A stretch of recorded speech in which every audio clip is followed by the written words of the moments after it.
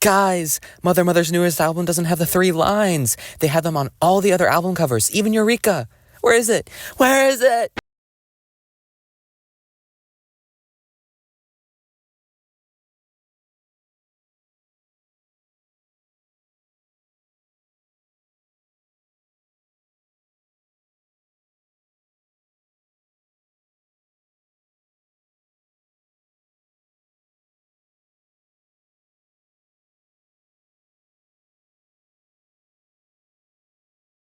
Mother's newest album, and since I need that sweet, succulent attention, I want to make my first video on the band be actually about something relevant.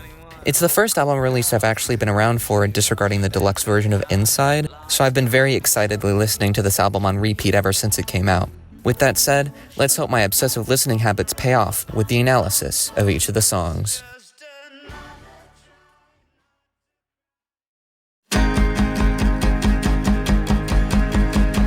Nobody Escapes is about how nothing is free from the inevitability of death. A jellyfish, a gigolo, a politic, don't make a lick of death, no. Nobody here, nobody escapes. The first verse mentions several completely unrelated ideas and tries to string them together into this theme. The mention of a jellyfish here makes me think specifically of the Turritopsis dohrnii, colloquially known as the immortal jellyfish. According to a BBC Science Focus article, these jellyfish can roll back their biological clock when injured or on the verge of starvation. This means, in theory, they could live forever. I personally remember hearing about these jellyfish during middle school, and the thought that something could live forever gave me comfort in the unfortunate position of inhabiting a mortal form. However, in the same article, it stated that these jellyfish can also easily be killed by predators, so while they may not die of natural causes, they can and likely do die. A gigolo, according to the Merriam-Webster dictionary, is a man supported by a woman, usually in return for his attentions. Now, I'm the last person to enforce strict gender norms in any regard or to shame people for their life choices, but in our modern society, men are often portrayed as leaders. So to see a flip dynamic like this, where a man lifts off a woman's income, can symbolize a society that can't face its own problems, as it simply engages in flattery and superficiality rather than providing for itself. Furthermore, as you get into the legal gray area of the sort of work a gigolo does, it shows this lifestyle may not be as carefree as one may think. Just as people and/or the law may come for one, so too do the plights of the world encroach on a society that attempts to ignore its problems. Finally, the verse mentions a politic, and it's important to specify the spelling of that word as ending with a CK, as there is a term politicking, which, according to Googling it and mashing together the frankly uncoordinated definitions, is a term used to mock the action of engaging in politics for one's own gain. This, I feel, is the most potent example, as I feel like most people can see how politicking affects their lives. Arbitrary debates that go over important topics tend to run circles around the actual point, while the people affected are left to fend for themselves. Ultimately, this form of debate gets the conversation nowhere, and will not have any historical significance as it dies out, leaving with it only the consequences of the delays of how important it was to have such a conversation. Nothing presented here is everlasting, and nothing presented here is free from the harsh reality of mortality, despite it appearing so from the outside. The innocent, the animals, everyone here, get down in the hole. The second verse then brings up further examples, though adds a slight twist by introducing an almost antagonistic tone from the speaker. This could exemplify the injustice seen in the fact that everything dies, considering the two concepts brought up, innocence and animals, are things that people typically don't like thinking about dying. We see it as a tragedy when an innocent person dies, even though they die every day, and we see it as a tragedy when an animal dies, even though we have entire industries dedicated to just that. It's sad to think about something so indiscriminate in how it dishes out tragedy, shown even more how the speaker describes a grave as a hole, stripping away all emotion from it, just like how death strips away the emotion from all the dying. And they won't go easy on you just cause you're skinny. And they won't go easy on me just cause I'm pretty, yeah, pretty ugly. The chorus further explores this idea of death being an unstoppable force. In it, the speaker also accepts their role in this system, saying that it won't go easy just because they're pretty. Then, interestingly, they end it off by calling themselves pretty ugly, but in a way that comes across as triumphant. This also combines with how the speaker seems almost happy during the verses to show how the speaker may be bringing this all up not to be pessimistic, but instead the exact opposite. They may be trying to accept this as a fact of life and are taking comfort in the fact that death is indiscriminate instead of being a tragedy specific to them. It can be reassuring to recognize that you aren't really special and that this can be a shared tragedy. Nobody Escapes starts the album off with a potent message that everyone is going to die, but presents it in a way that makes it almost happy, as if to say, we die, so what?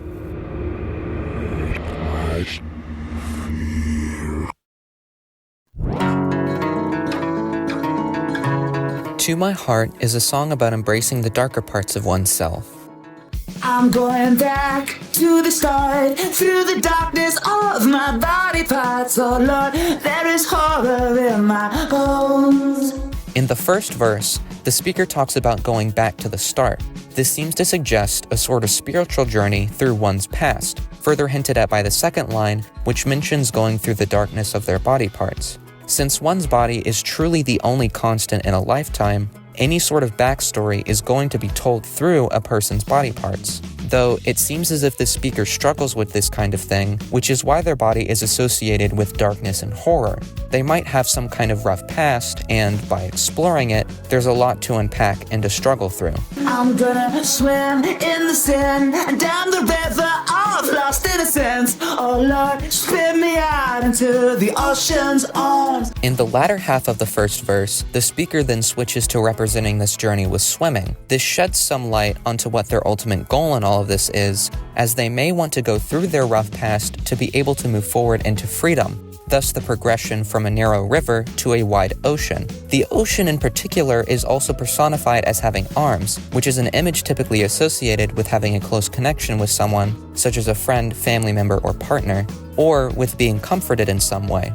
In this exploration of their past, the speaker wishes to be in a better headspace, but must first sift through troubled waters to be able to do so. I'm gonna chase down the brain with every thought I wish I didn't think, and tell him you're not wrong, you're just in pain. 'Cause I'm going back to my heart today. The latter half of the second verse brings interesting symbolism of what appears to be intrusive thoughts. It explicitly starts by discussing thoughts the speaker doesn't want to think, but then personifies them in a way that makes them almost sympathetic. The speaker takes these horrible thoughts and, instead of outright denying them, accepts them for what they are by acknowledging they come from a bad place, not necessarily born out of malice, but out of pain. Additionally, the first line makes it appear as if the speaker was previously trying to separate these thoughts from themselves, because it's as if these thoughts were stored in a different brain. The speaker is now trying to heal and accept these darker parts of themselves. The ultimate goal appears to be one of love, as the repeating phrase in this song speaks of going back to one's heart, which I take to mean going back to being able to love. To My Heart introduces themes of self-discovery and how that process often includes battling with negative emotions, but ultimately may lead one to becoming a better, happier person.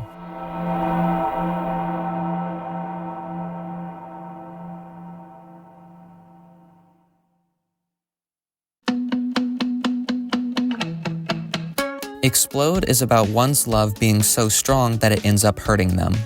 Goddamn, I love too hard, I love too hot, my love's a fire. Everything I claim to love's going up in flames and I burn alive. The first verse sets up a connection between love and fire. This is a common way to symbolize love and passion, though it's twisted on its head here to mean something negative. The fire in this case represents something that can bring warmth and life from afar, but that destroys everything it touches. The speaker must feel as if they're unable to love anything properly because of the power of their love. Not only does this fire burn everything they love, it ends up backfiring and harming them as well. I also find it interesting how the third line mentions things they claim to love, as opposed to just things they love, almost as if the speaker finds their love so inherently bad that it doesn't even deserve to be treated as genuine. Goddamn, I run too fast towards the things that I adore. Everything I'm running for starts running from me like I'm a zombie. The second verse expands upon the speaker's bad relationship with their love with the imagery of running from some monster.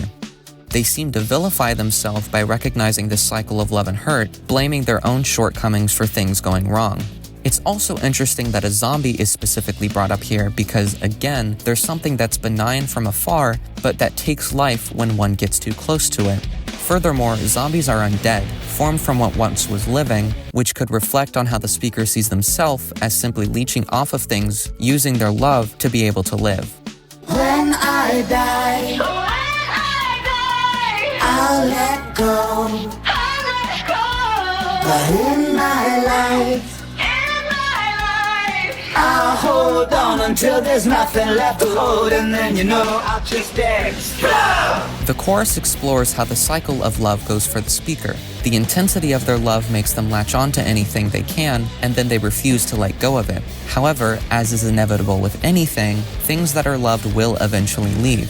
Whether it be a person dying, a place being foreclosed or demolished, or a piece of media coming to a conclusion, things big and small cannot last forever, something that distresses the speaker to a point that they refuse to accept the harsh reality. When something does end and they can no longer hold on to it, they say that they'll explode. This sort of cycle is sadly very relatable, as it can be very difficult to accept that things won't last forever. But self-destructive tendencies, or just lashing out in general, isn't a very fun habit to deal with, as the previous verses showed. Explode shines a light on a maladaptive pattern of love and destruction, but through that creates an anthem that maybe people can latch onto instead. When everything seems at its lowest, instead of lashing out, just get your feelings out by screaming into the void. Just explode!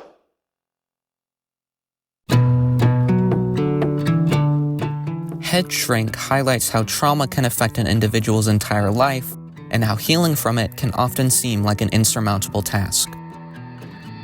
I sit down with a head shrink. She asks me, where do you feel it? Oh, I feel it.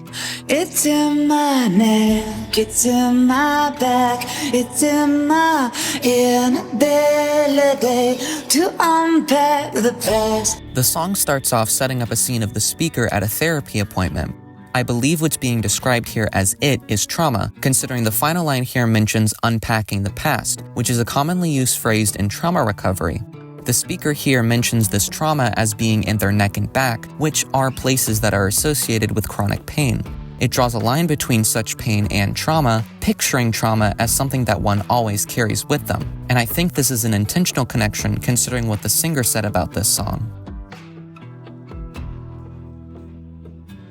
It's also interesting to note how nonchalant the speaker is about this scene, referring to their therapist as a head shrink and describing an appointment as just sitting down. It's as if they don't really believe the trauma can go away, which is seen again in the last line where they describe an inability to unpack the past, not seeing themselves as a person who can even try to unpack it at all. Oh, it's in my mama, it's in my pop. They did their best, fuck what a mess. Or maybe it's all in my head shrinks. Hey, yeah. The ending of the bridge sheds light on just how widespread this kind of trauma is, and the specific mention of the speaker's parents might even be pointing to a kind of generational trauma. They try to justify their own pain through asserting that their parents did their best, but are ultimately left with nothing to really pin the pain on to begin with. The speaker becomes overwhelmed at the amount of pain circulating around and just how much of it has no greater purpose, describing this interconnected web of trauma as a mess. Then, as if to ignore it all, they lash out and accuse the therapist of making it all up. It's interesting how it's not necessarily said to be all in the speaker's head, but in the head shrink's head, which creates a scapegoat for all of this. Instead of confronting the pain, the speaker wishes to blame it on another person and carry on. It's like a car I can't uncrash. It's just too hard, but I gotta start, she said. The second half of the chorus sheds light on why the speaker may feel this way, but also provides an answer to this dilemma. They, in blunt terms, say that healing from the trauma is too hard, describing it like a car they can't uncrash. It's interesting using that kind of imagery too, since with trauma, there is always a clear before and after, which is the same way a car crash affects the cars. Before, the car was fine, and after, there's likely to be irreparable damage. However, the therapist provides a simple request, to simply start. Healing from trauma can take a long time, perhaps not ever fully resolving before one's death, but the road to feeling better is to start. Life will always be imperfect, so it's important to see healing not as fixing it, but as making it easier to bear. Head Shrink ultimately explores themes of trauma and healing from it being an uphill battle. The takeaway is that the tiniest of steps will provide a way forward, and it's important to not become overwhelmed by the amount of pain, but just to focus on how to decrease it by a little bit each day. But I gotta start, she said.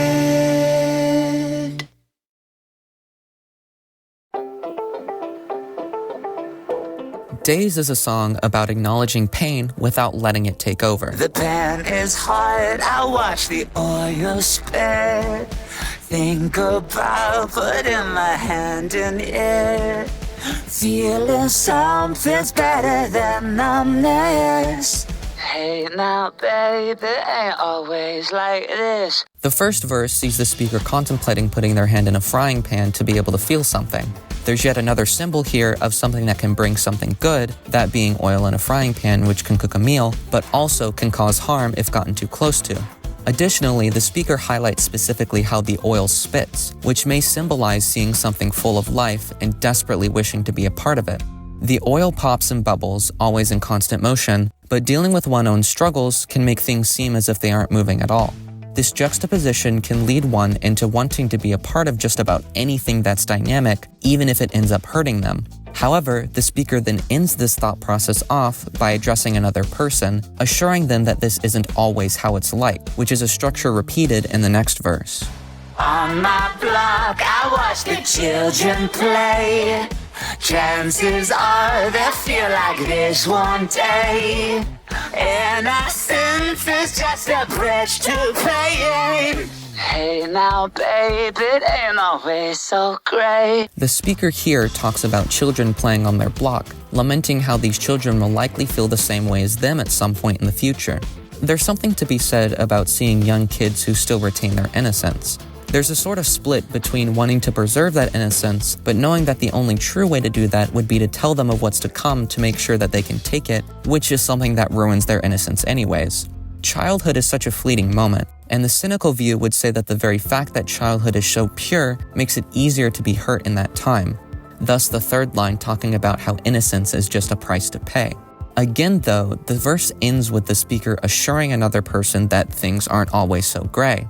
It's almost like this external presence serves to curb their more negative thought patterns as the speaker scrambles to explain away the darkness, inadvertently serving as comforting words that they themselves need to hear. But I have days, I have days, days that look like miles that just can't wait to spin me out. Yes, I have days, yes, I have days, oh. Made up of the moments on each one, it's like I'm choking. I have days that I could do it all. And I wonder which one's gonna take me down. This kind of self-assurance born from another person's gaze comes to a head in the chorus. The speaker here point-blank acknowledges that sometimes there's days that are bad, but that they're just days. They don't make some sort of blanket statement saying that every day is bad or beat themselves up about having these days. For the sake of the outside observer, they end up making points that can serve to soothe someone in a dark place. They don't ignore the pain that comes with life, but also don't deny the fact that happiness can come too. The final line also has the speaker wondering which of these days will take them down, which ironically sheds light onto the fact that none of them have so far. Despite all the pain, they've managed to survive them all, meaning that maybe life isn't so horrible after all. Days as a whole is an anthem that one can latch onto during low points in their life. That the pain they feel is very real, but the pain is also temporary, and it's important to keep that in mind to get through them. But I never ever let them take me down.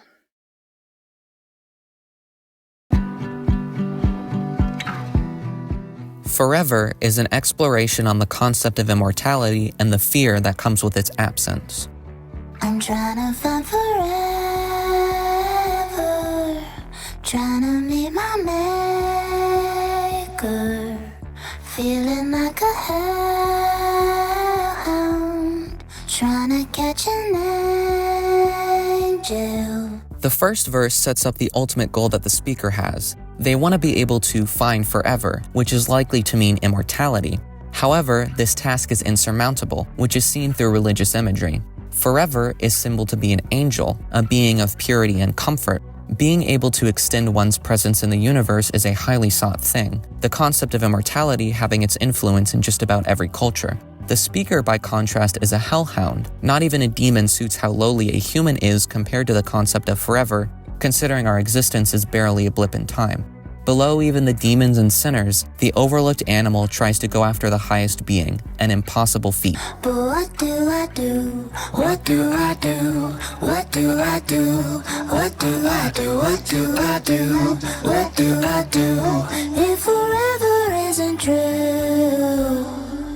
In the chorus, the speaker then suspects that there isn't even a kind of forever possible. The specific phrasing of this is interesting, as the speaker doesn't mention the possibility, but just the mere fact that it's true in the first place.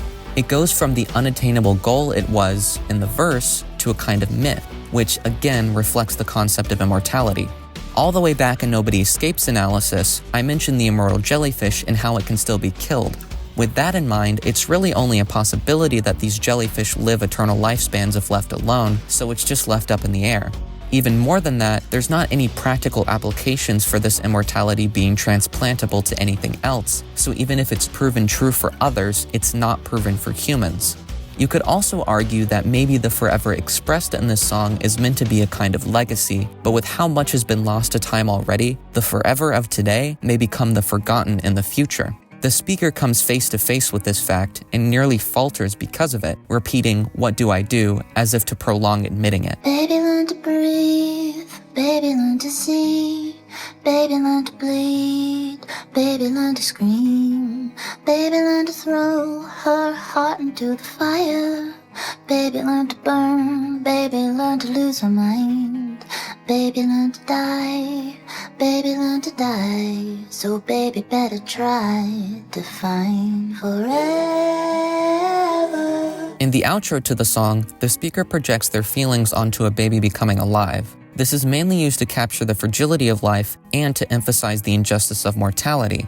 Babies are seen as things to protect, yet every single person evolves from one and thus never truly isn't one. A baby will eventually scream, cry, or deal with unforeseen circumstances and experience darkness. It isn't fair, but it's just how the world works. So too does this baby have to one day die, a sentiment repeated twice to really make that point. Babies brought into this world are set on a collision course for death, and the only way to stop this outcome is to try to find forever. The speaker, and by extension humanity at large, plays a part in a cosmic tragedy, born into a world that's forced an impossible task on them just to keep up something they never signed up for. Forever continues exploring themes of mortality and fighting darkness from within, while also hearkening back to the very basics of the human condition, that death comes for us all. What do I do? What do I do? What do I do?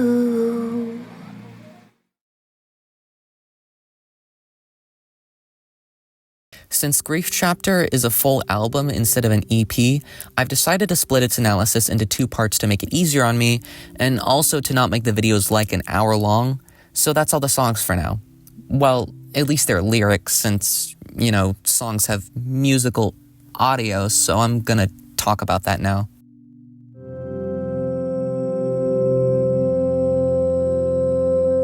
Nobody Escapes starts this record off strong, getting right into the song after a tiny intro, then showing off the sort of anthemic energy this album brings with its chorus.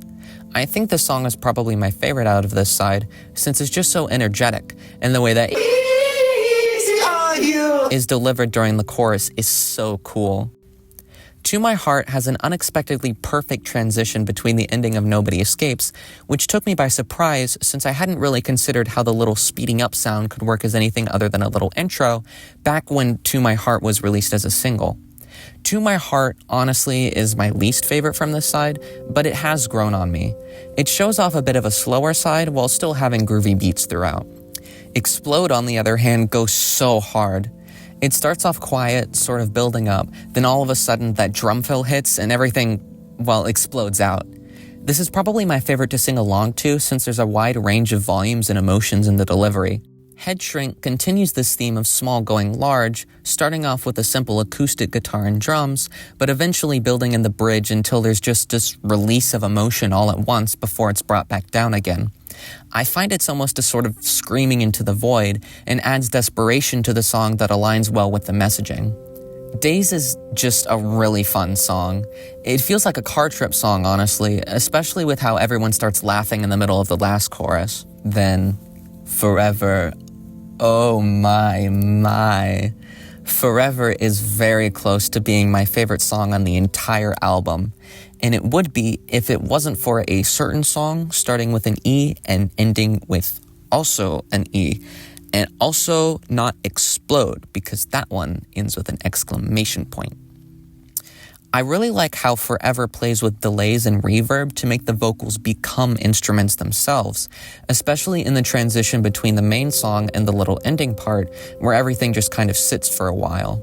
It's a really beautiful piece, and honestly very relatable to me because I also need to be not mortal.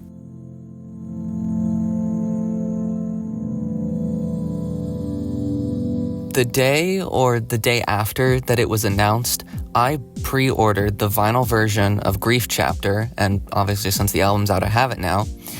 And this is actually how I first listened to the album, was through listening to the vinyl version. And the direct-to-consumer version specifically is Coke bottle green, and also came with a signed postcard. I don't know if every variant comes with that or not, but I just felt like I should mention it. And it was a very interesting experience listening to it the first time, especially considering I really like the color. And also the vinyl sleeve that it comes in actually has the lyric sheet, which is something that I have seen in a couple other vinyl that I do have, but it is still interesting to see that it doesn't have a specific lyric sheet, but that the disc goes into the lyric sheet.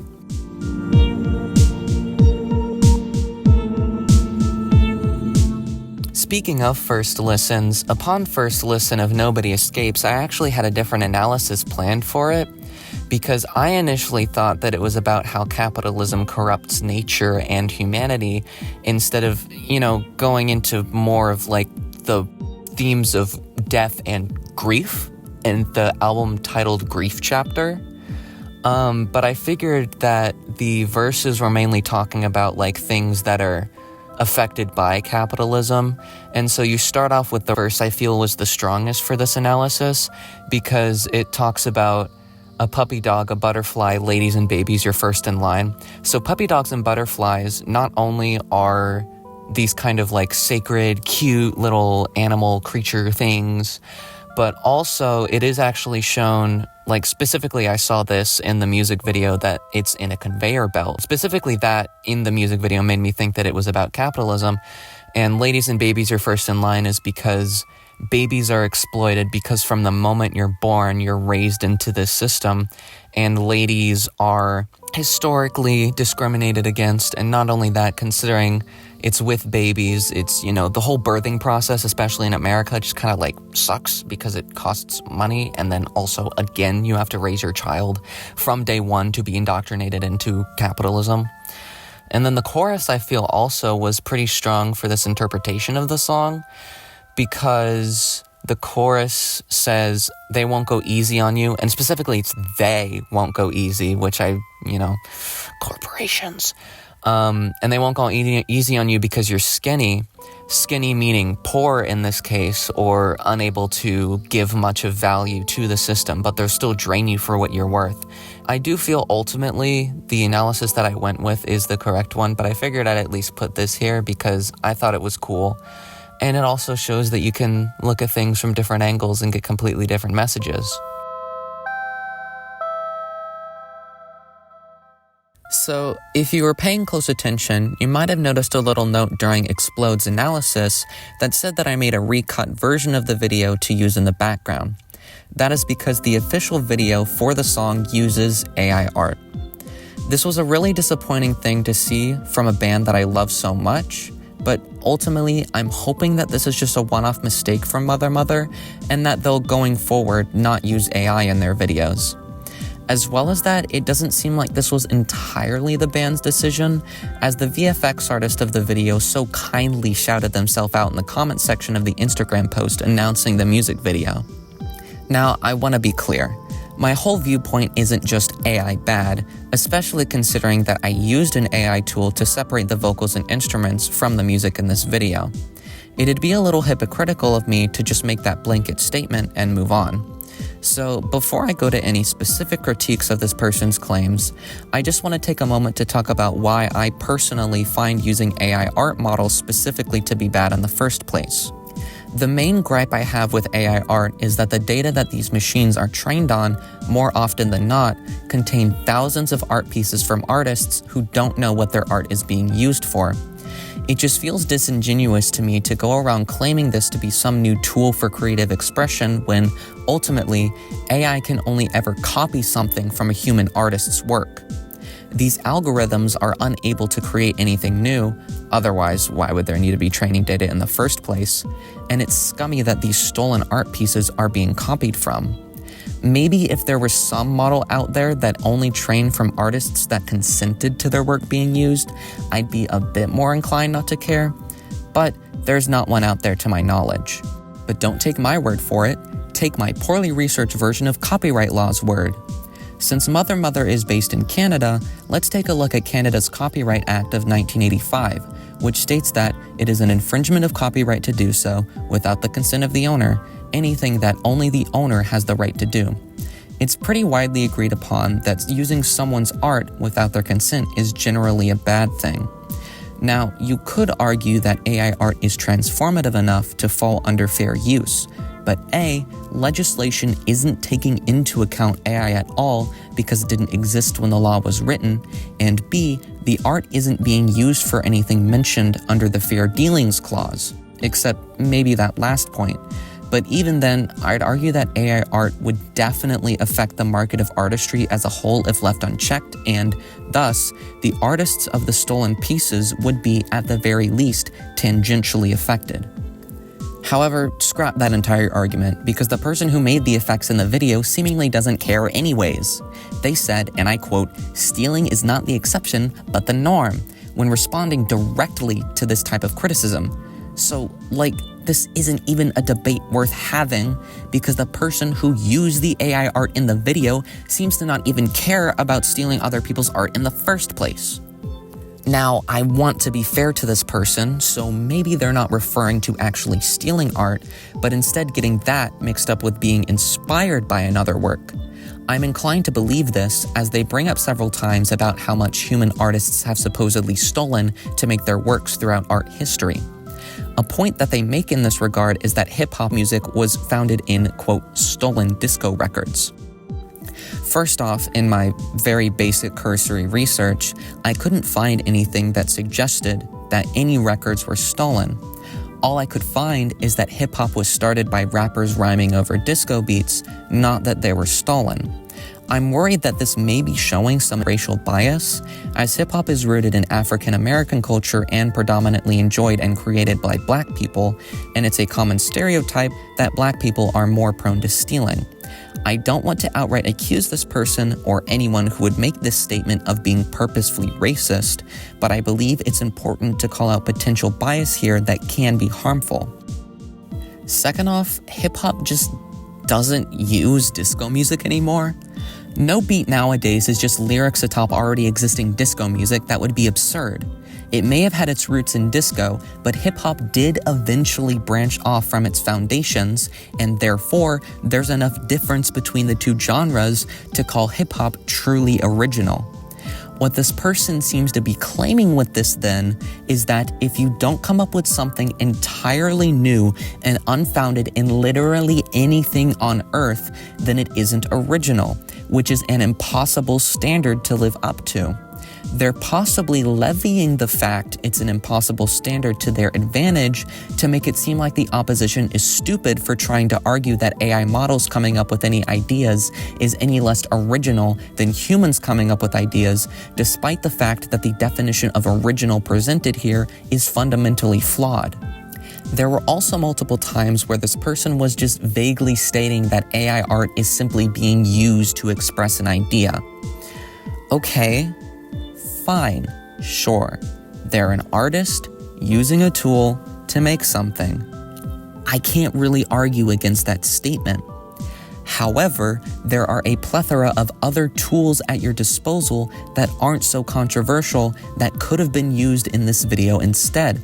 Considering Mother Mother has had intricate effects in their video before, it would have been more than possible to hire one or many artists to be able to make something to the quality of the final video or better.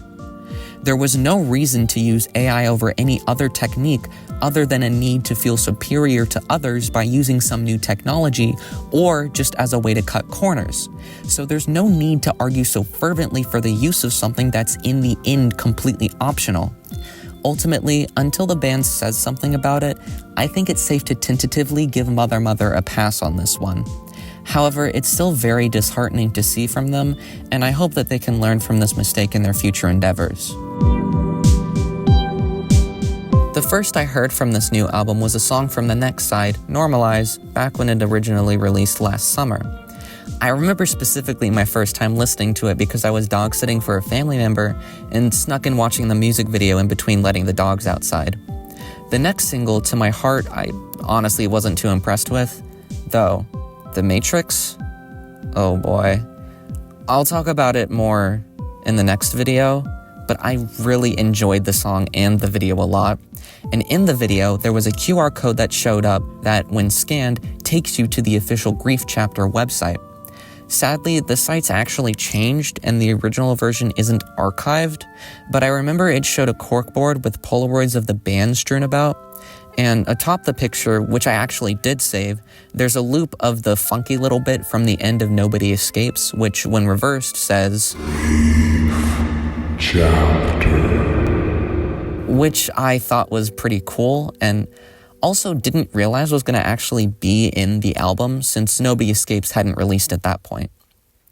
And I'm gonna hold off on the complete info dump until the next part, so that's it for now.